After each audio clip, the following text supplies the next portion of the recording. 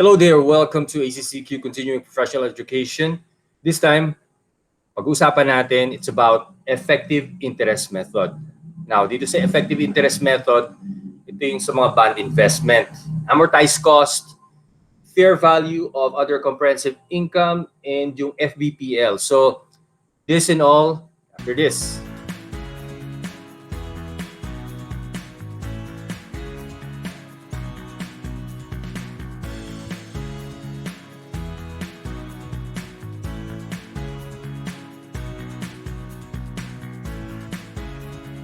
So some of the objectives here to be learned in this topic on effective interest method are the followings. To apply the effective interest method of amortizing bond discount and premium. So we're going to show you in a while kung paano paano gamitin yung amortization table, no? Using yung of course yung nominal as well as yung scientific method or yung effective rate method. Next is to apply the measurement of bond investment at fair value through other comprehensive income.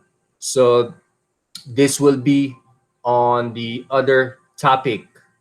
Okay, so we're going to divide this into parts. Itong session natin about effective interest method.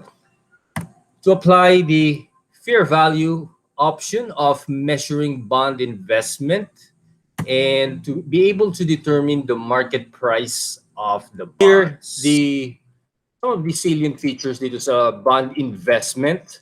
So under PFRS 9, it requires that bond discount and bond premium shall be amortized using the effective interest method. So mamaya ipapakita natin using a table, no? So pag-compute ng bond discount amortization as well as yung bond premium. Ano ba yung pagkakaiba nito? Well, if you have an idea, itong discount, it's like, of course, may discount. Kung ikaw yung bond investor, ikaw yung nag-invest dun sa bond, ikaw yung bumili ng bond, you will buy that, you will purchase the bond at a lower price than dun sa face value.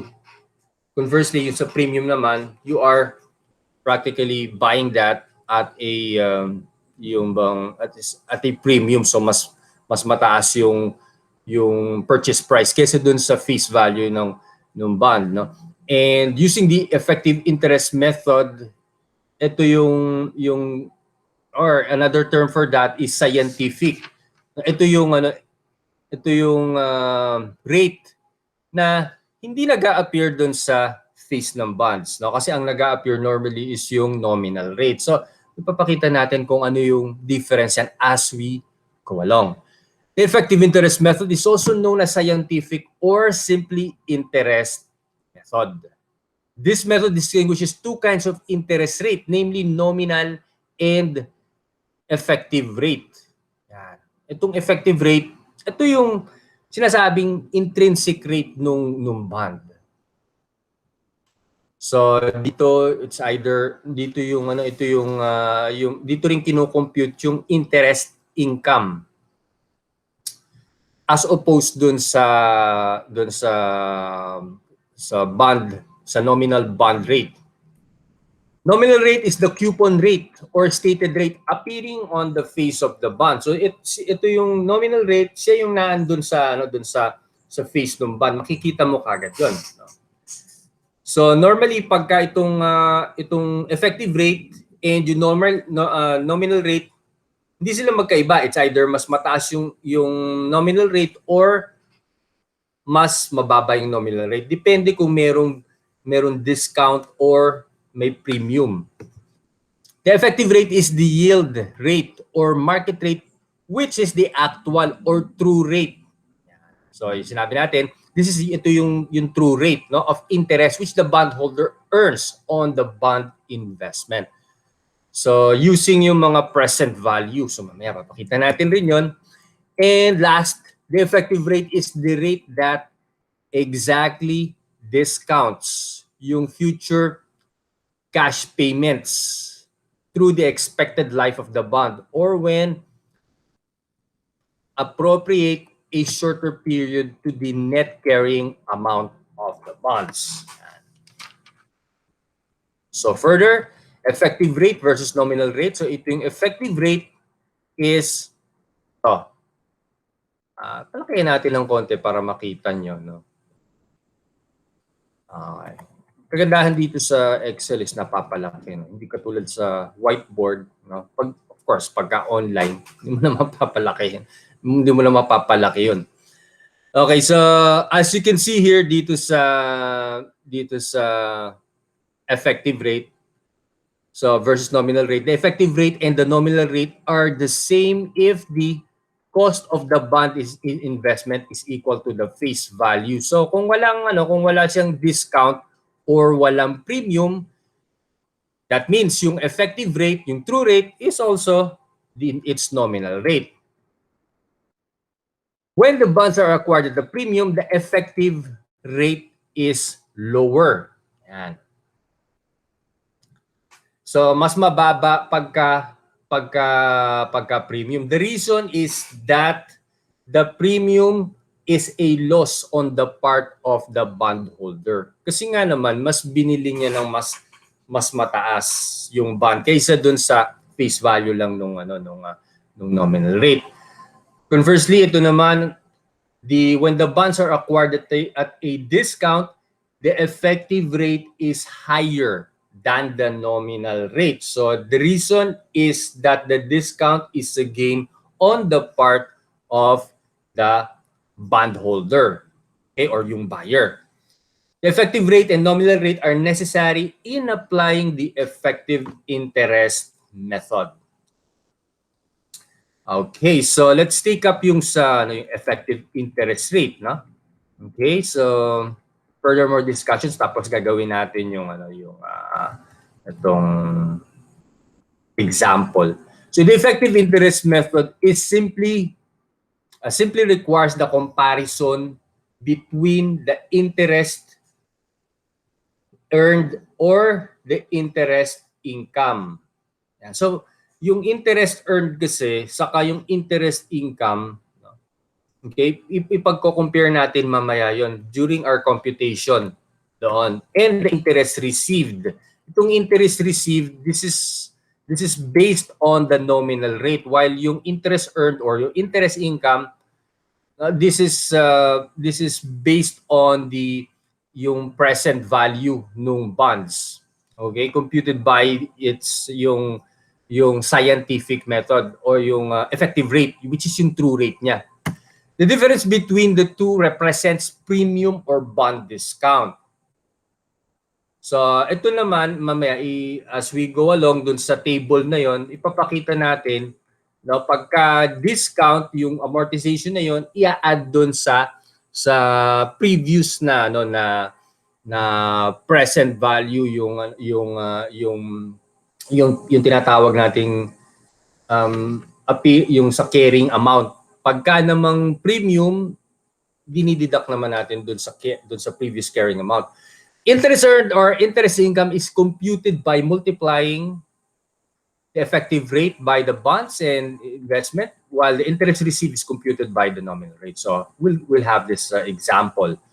So on January 1, 2020, an investor acquired 1 million face amount bonds dated January 1. Yan, nakikita mo yan, ha? Palaki pa natin. Sige, palakihin pa natin. Okay, so yan. So naka-acquire raw yung investor ng 1 million face amount na bonds dated January 1, 2020. The bonds mature on December 31, 2021. So this is about 2 years, no? So the life of the bond is 2 years. So kakasabi ko lang, no? And 8% interest is payable semi-annually on June 30 and December 31. Now, it is important to know, ano ba itong 8% na to? Is this a nominal or effective rate of interest, no? Okay, tapos semi-annually, payable semi-annually. So therefore, itong 8% na to, hatiin natin sa dalawa to. So that 4%, 4%, no? Pag-compute ng interest. The cost of the bonds is 964,540. So in other words, this is a purchase purchased on a discount. So discount. So and a price which yield a 10% effective rate. So itong 8% na to, this is the nominal rate, while the 10%, this is the effective rate. So itong 8% na to, ginagamit yan sa pag-compute sa interest received, while itong 10% ginagamit ito doon sa pag-compute sa interest income. So gawin natin. So computein natin itong this is the schedule of amortization. Yan. Okay, so this is the interest income, and the other one, then hindi siya ayaw niya. Yun. Siya. Okay. Yan. Okay, so let's take up this one. So itong carrying amount na noong January 1 nung binili yung bonds, that's 964,540. Ayun, given siya, no? And then yung interest received niya, okay? So just multiply this by 1 million. Okay, yung face amount ng bonds times yung 8%, or since semi-annually yan, June 30 and December 31 yung payment. So that's 8% divided by 2 is 4%, no?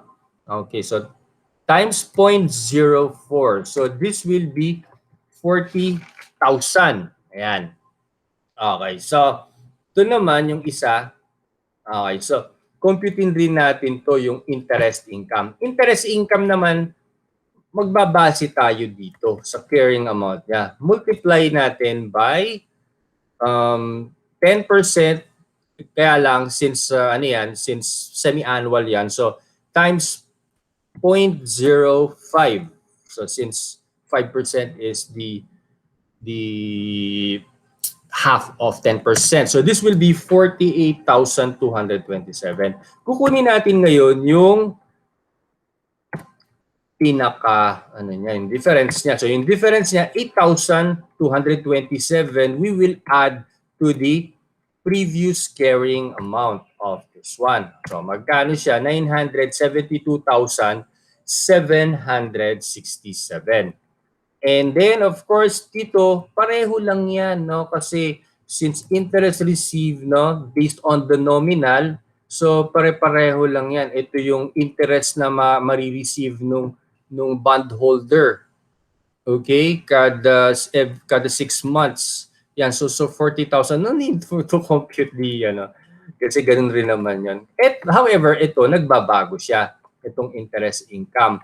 So ito, multiply natin dito by yung effective yield. So 0.05. Yeah. So 48,638. So kunin ulit natin yung difference itong dalawa. Okay, so this would be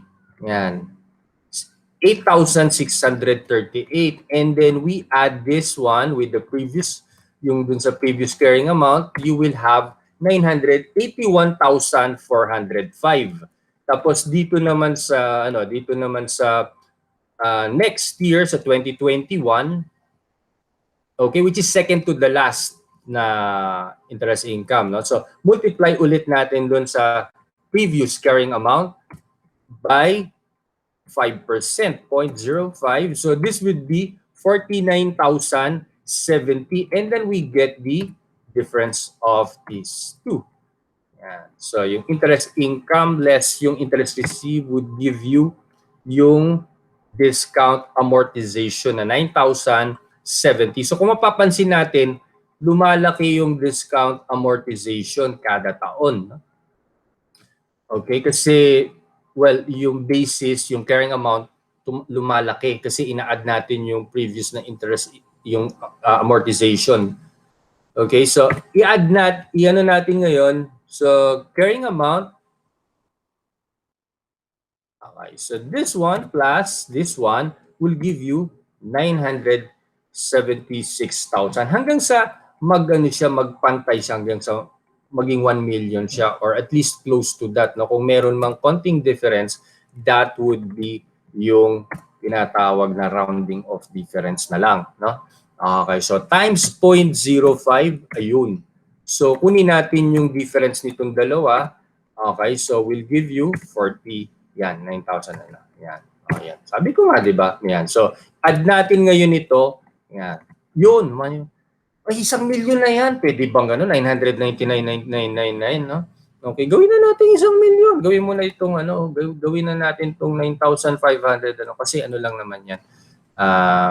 This is just rounding off. 9,525. Gawin 9,525. 1,000,000. So it's just a matter of rounding off, no? Okay? So lagay mo. Yan, ganyan na lang. Okay. Yan. Yan. By minanwal na lang natin, no? By force. Yan. Okay, so ganun rin yung kasi yun, no? Okay, so and now let's look at the journal entry. So ito yung journal entry ng mga transaction natin, no? Okay, so a debit to investment in bonds on January 1, 2020. So 2020 muna tayo, no? Yung mga transaction na nag-transpire sa 2020, no? With regard dito sa investment of bonds. So debit investment in bonds for 964,540. Kasi ito yung purchase price natin. Kung tayo yung bond holder, ito yung binili natin. So meron tayong, that is an asset to us, no? Okay? A non-current asset to us. Okay, and then we exchange that for cash for 964,500. Yun yung pagkakabili natin. So explanation naman dito, sabi acquisition of the bonds. Okay? So one debit and one credit, no? And then yung next one is yung June 30. Ito na yung interest na na-receive natin, yung first semi-annual interest, no? So this is debit for 40,000, okay, cash, and credit for interest income. So nakikita natin naka-credit si interest income. Diba? Sabi naman natin pagka mga income, yung mga revenues na ganyan, naka-credit yan, no? Ibig sabihin, yun yung na-earned na natin, no? Okay, so in exchange, of course, the cash, no? Ito yung na-receive natin. Okay, so income na kasi natin yan. Okay, so credit for 40,000. Semi-annual interest received. Explanation niya. So, noong June 30 rin, okay, merong merong amortization for the and then on June 30, we have yung discount amortization. Ayun, yung ginawa natin dito, no? Okay? So, lagay natin dito, no? Okay, so debit investment in bonds. Ibig sabihin, nadagdagan yon kasi ito yun, no? This is in relation to this amortization, yung ginawa natin dito, no? So, nadagdagan yung carrying amount, yung investment in bonds. Carrying amount is the investment in bonds, no? So, that is 8,227. Okay, so we amortize that on June 30. Okay, as we see here dito. Yan, June 30, no? Okay. So, and then we credit yung interest income for 8,227. Okay, so this is amortization of discount for 6 months. And then on December 31, so we'll place here December 31. Yeah. Okay, so there is again semi-annual interest payment. So debit cash for 40,000 and credit interest income for 40,000. Narinig nyo ba yung background music ko, no? Medyo pamparelax yan. Ano yan? It goes into your subliminal, no? Mas natututo tayo. Mas nakukuha natin yan. Yan. Okay. And then yung next one is yung December 31. So ito naman, itong on December 31, yeah, on December 31, of course, semi-annual interest payment, so debit cash for 40,000 and credit interest income of 40,000. Okay, so ano yung next na date after that, no? Yung first yung amortization na siya, no? Okay, amortization Also on December 31, no?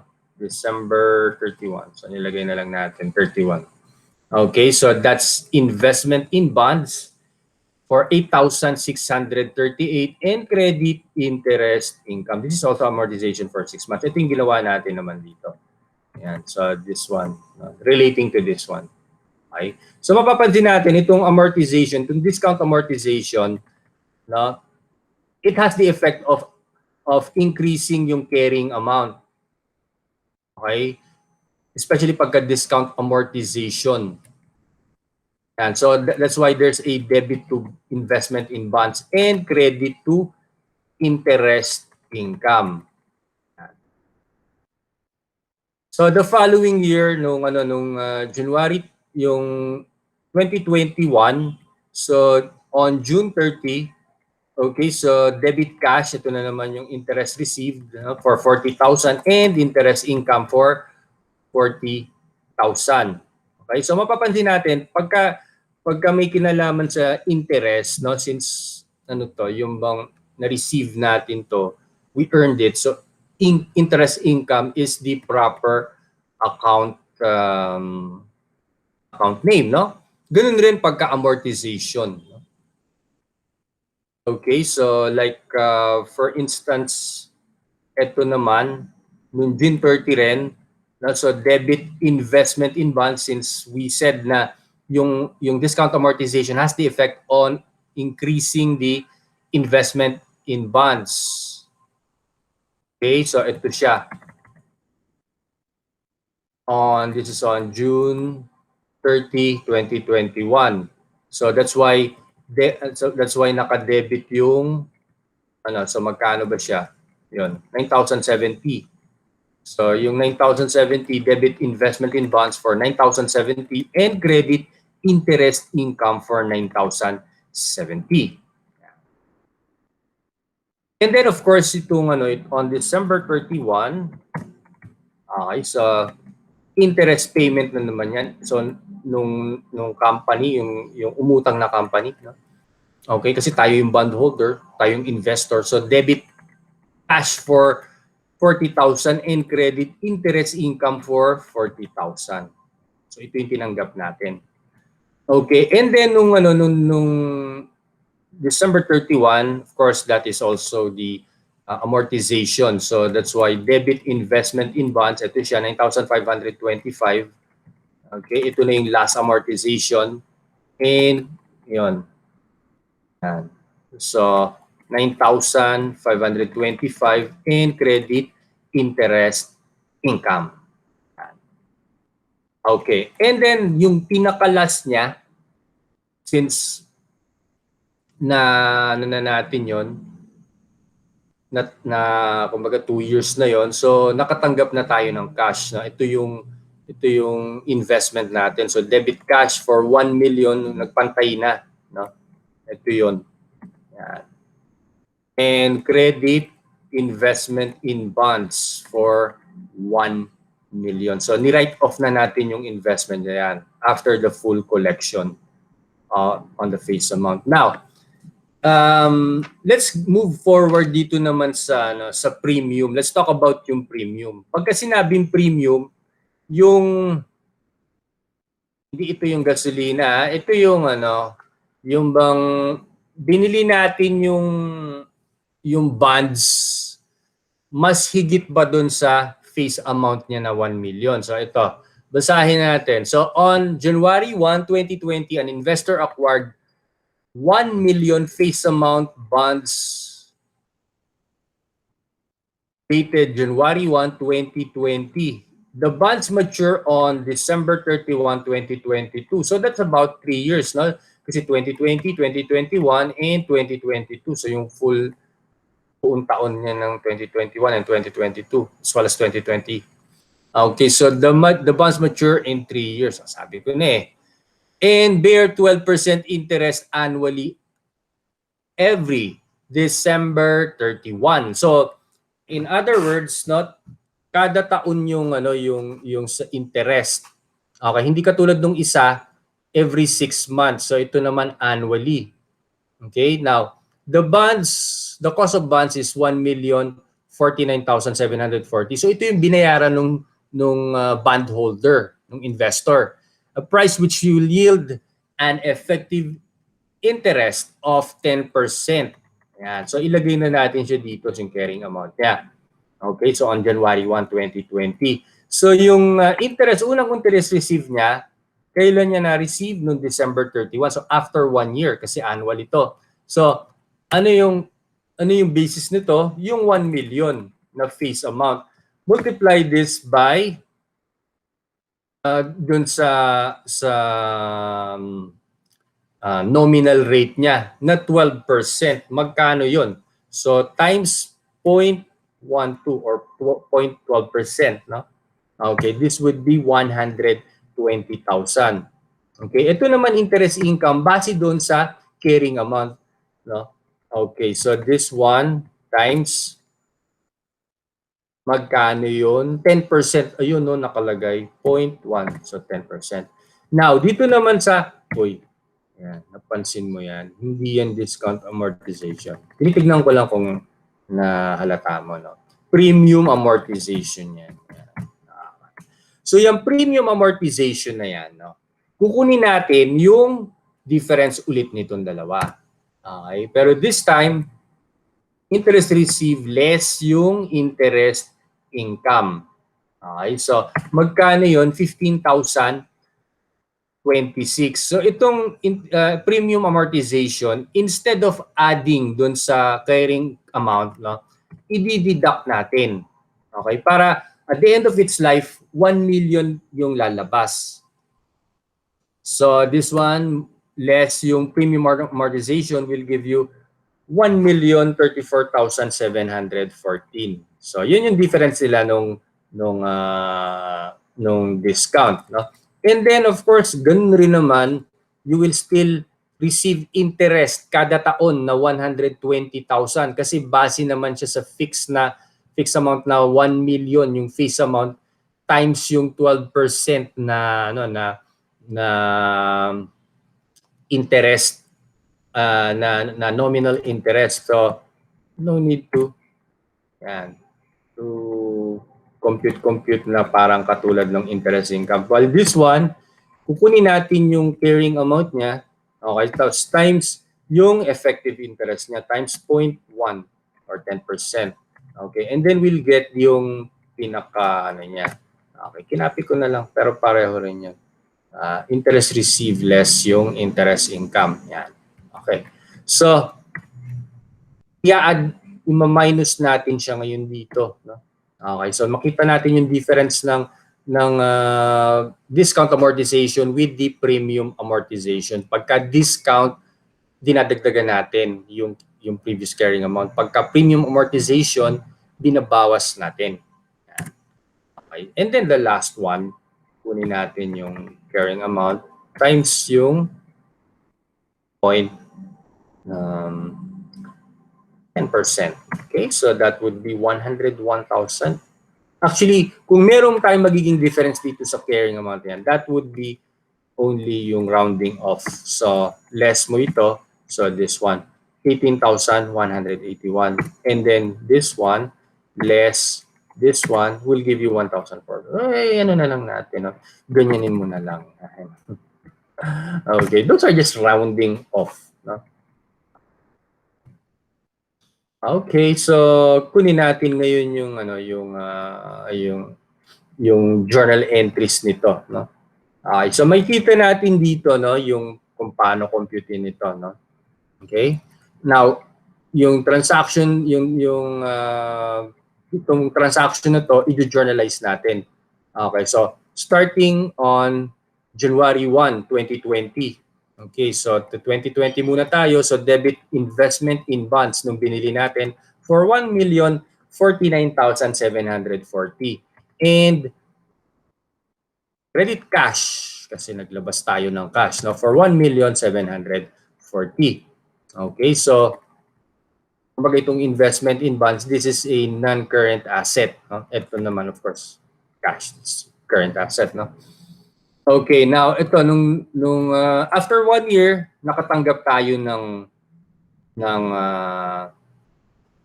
yung 120,000 na interest received. Ito yun. Okay? So, also that same year, so debit cash for 120,000 and credit interest income for 120,000. And then yung amortization dito, so mapapansin natin dito, instead of yung isa, no? Instead na naka-credito doon sa isa doon sa discount amortization, dito naman naka-debit kasi binabawas natin doon sa it has an effect on deducting doon sa carrying amount ng bonds. So that's why debit to interest income for 15,926, ito siya. Okay. Kaya binawas natin dito sa carrying amount, no? This one less this one, because this one. Okay. So 15,000 and credit investment in bonds for 15,026. So if you'll notice, yung dun sa discount amortization, naka-debit yung baliktad, naka-debit yung bonds, investment in bonds and credit interest income. While in premium amortization, it's naka-ano siya, naka-debit yung interest income and credit yung investment in bonds. Kasi dito sa premium amortization, binabawasan natin yung investment in bonds account, no? Ito yung carrying amount, no? Okay? Every amortization. Yan. So amortization of premium for 12 months. Now, so 2021 naman, okay, so since mag-start ulit tayo ng December 31 kasi after 1 year, naka-receive siya ng cash for 120,000 and credit investment or interest income for 120,000. Ayan. So mapapansin natin interest income lagi yung account na naapektuhan. It's either nadadagdagan or nababawasan. Okay, and then nung December 31, of course, since this is a premium amortization, so mababawasan yung interest income natin by 16,529. Ito siya. Okay, so yan. On December 31, 2021. Okay, so 16,000. And of course, nabawasan din yung carrying amount ng bonds by 16,529. And 2022, the last year of the investment of the bonds, so December 31, debit cash ulit na 120,000 and credit interest income. Yan. So nagdagdagan yung interest income mo by 120,000. And yung last amortization, no, after 3 years, debit interest income of 18,185. This one, yun. Ano lang yan? This is rounding off, no? 18,181, but this is actually 18,185, no? Rounding off na lang yan, no? So yan. Okay, so 18,185, yan. Kung gusto mo lagay natin 18,100. Yan. Yan. Pareho rin yan actually. The same lang yan. Oh, nawala na tayo. Yan. Pero lagay na rin natin doon. Yan. And credit interest, kasi kung it's a matter of 2-3 pesos, no? Okay, it's not material. Investment in bonds, 18,185. Yan. So ito yung last amortization for the investment in bonds. And of course, natanggap na natin yun, bayaran na tayo, no? So debit cash for 1 million and ni-write off na natin yung investment in bonds. Credit investment in bonds for 1 million. Yan. Okay. And para naman dito sa next na topic natin, it's about yung sa effective interest method, but this time yung serial bonds naman. Now, this is similar also yung sa effective interest rate, yung kagayang kino-compute natin. However, dito sa serial bonds, dito kasi pati yung mismong principal binabayaran natin every year. Okay, so nababawasan yung principal. So ito yung main difference niya doon sa naunang diniscuss natin on sa yung sa premium amortization as well as yung sa discount amortization. Kasi yung mga naunang diniscuss natin, yung bayad, yung pinakabayad, pinakahuling bayad doon sa bondholder is dun sa after the end of the life of the bonds. But this time, every year. So kung may 5 taon yun, yung life ng bonds, taon-taon binabayaran siya ng bukod pa dun sa interest, pati principal. So papakita natin. Okay, just to give you the example. You can see here the effective interest method using yung sa serial bonds. So these are the given data. Face amount of the bond is 4 million. Acquisition cost is 4,171,810. So at a premium siya. So that's why may premium siya on the bonds of 171,810. So this one minus this one. So annual installments on December 31, 2020 and every December 31 thereafter is 1 million. Yan. Okay, so ibig sabihin ito yung principal na natatanggap ng bondholder taon-taon. Date of issue is January 1, 2020. And the nominal rate payable annually every December 31 is 10%, while the effective interest rate is 8%. So let's look at the schedule of amortization. So as you can see, this is the same also as yung premium amortization, yung regular na pagbayad ng bonds and yung discount amortization. Pero meron tayong additional na column which is yung principal payment. Kasi nga binabayaran siya taon-taon. Because this is serial, kaya tinawag na serial. It's a series of payments. Okay, so this is the carrying amount. So we obtain that dito. Acquisition cost. Okay, 4,810,000. Okay, this one. Yun siya. Okay, and then yan. So kunin natin yung yung interest received. So this would be 4 million times ilang percent yung nominal rate niya, that's 0.10, no? Okay, so which is 400,000. Now, interest income niya base doon sa carrying amount, multiply this by its effective rate of 8%. Okay, so ito na lang, yun, 8%. Okay, so this one, 333,745. Of course, again, katulad nung ginawa natin sa premium amortization doon sa lump sum payment ng bond investment, i-deduct natin rin yung interest income from the interest received. So you will have yung 66,255. And of course, in addition to that, itong 1 million na to babayaran sa bond investor. Okay, so kung tayo yung bond investor, babayaran tayo niyan, 1 million. In a series of payment, kasi ito siya, oh. Ayan. So annual installments on December 31, 2020 and every December 31 thereafter of 1 million. So kada taon, makakatanggap yung bondholder ng 1 million. Ayan. So instead of yung isahan lang.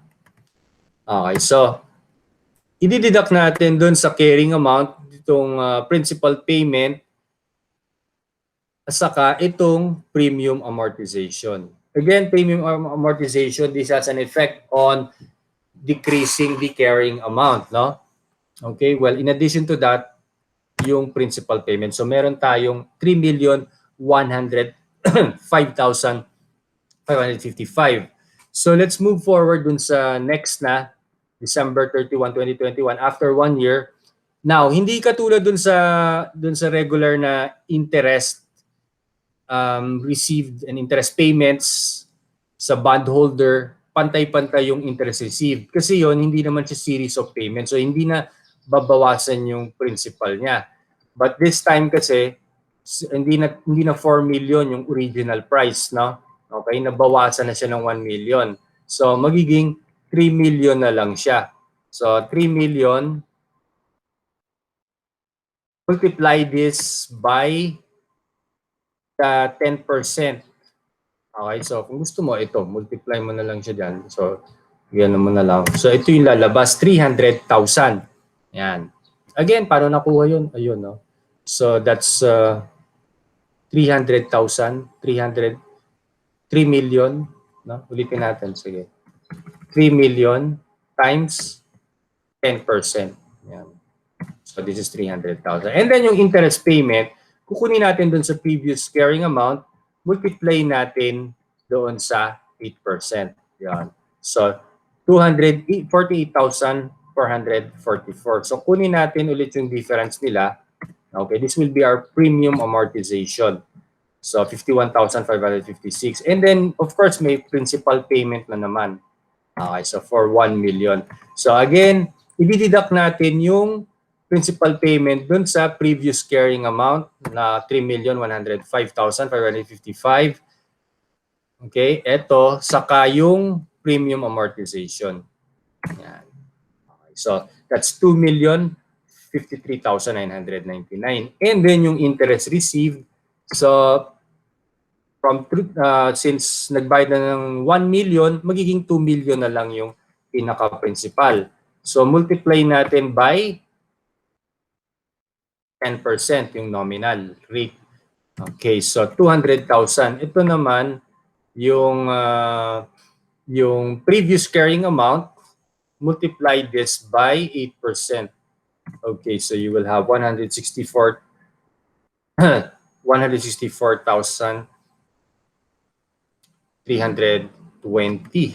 Okay, and then yung kunin natin yung difference ng dalawa, this would be 35,680. So 1 million na naman yung payment. Yan. So kunin ulit natin. So yung previous carrying amount less yung 1 million less yung ito.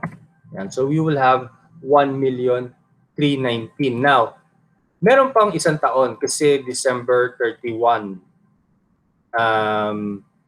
series of payments, no? Kasi nag-umpisa siya nung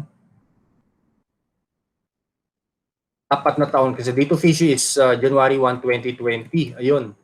So 2020, 2021, 2022, 2023. So may isang taon pa sa ika-4th year niya. So lagay natin dito December 31, 2023. Yan. Okay. So kunin na, since 1 million na lang yung natitira, okay, so multiply natin by 10%. Yan. So this is okay, and then we get the interest income so by multiplying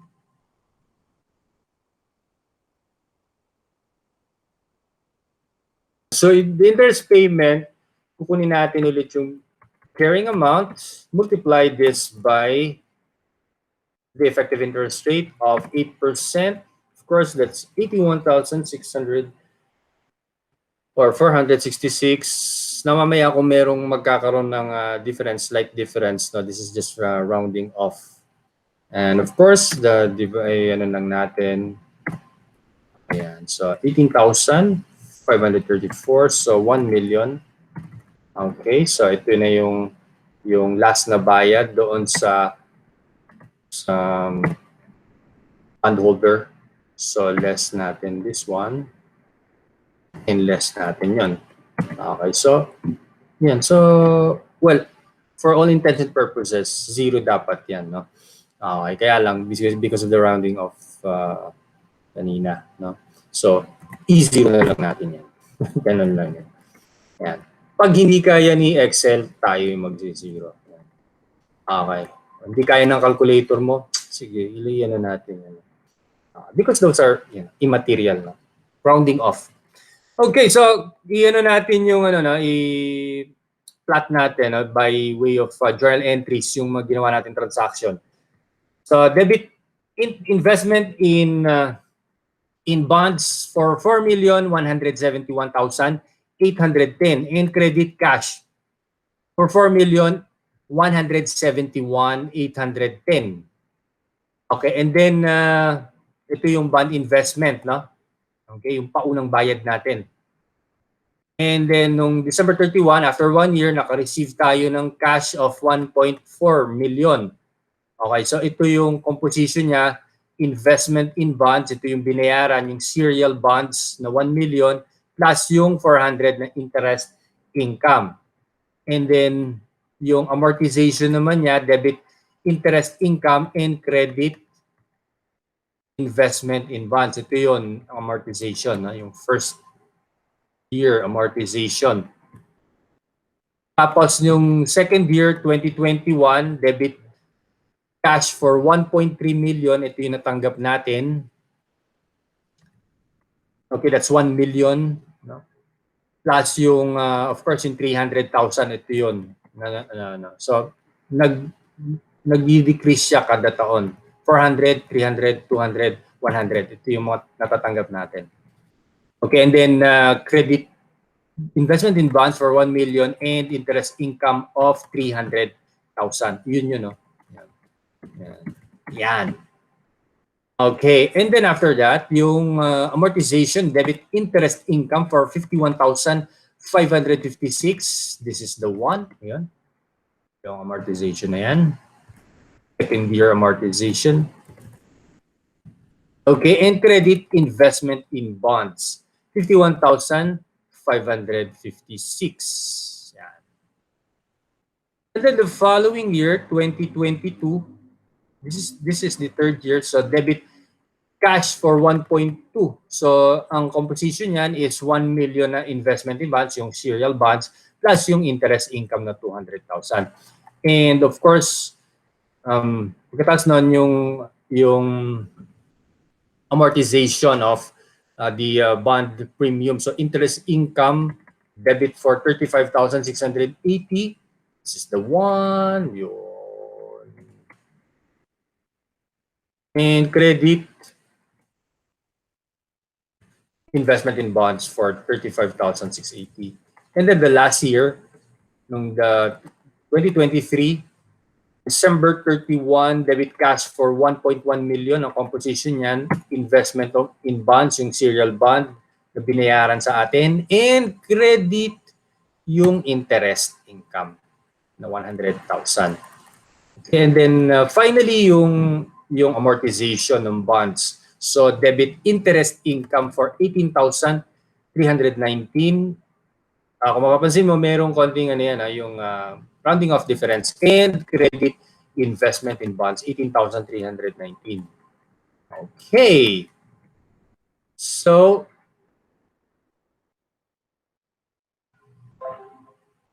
if you have any questions, you may write down your comments. Of course, subscribe, share, and like. God bless and stay safe.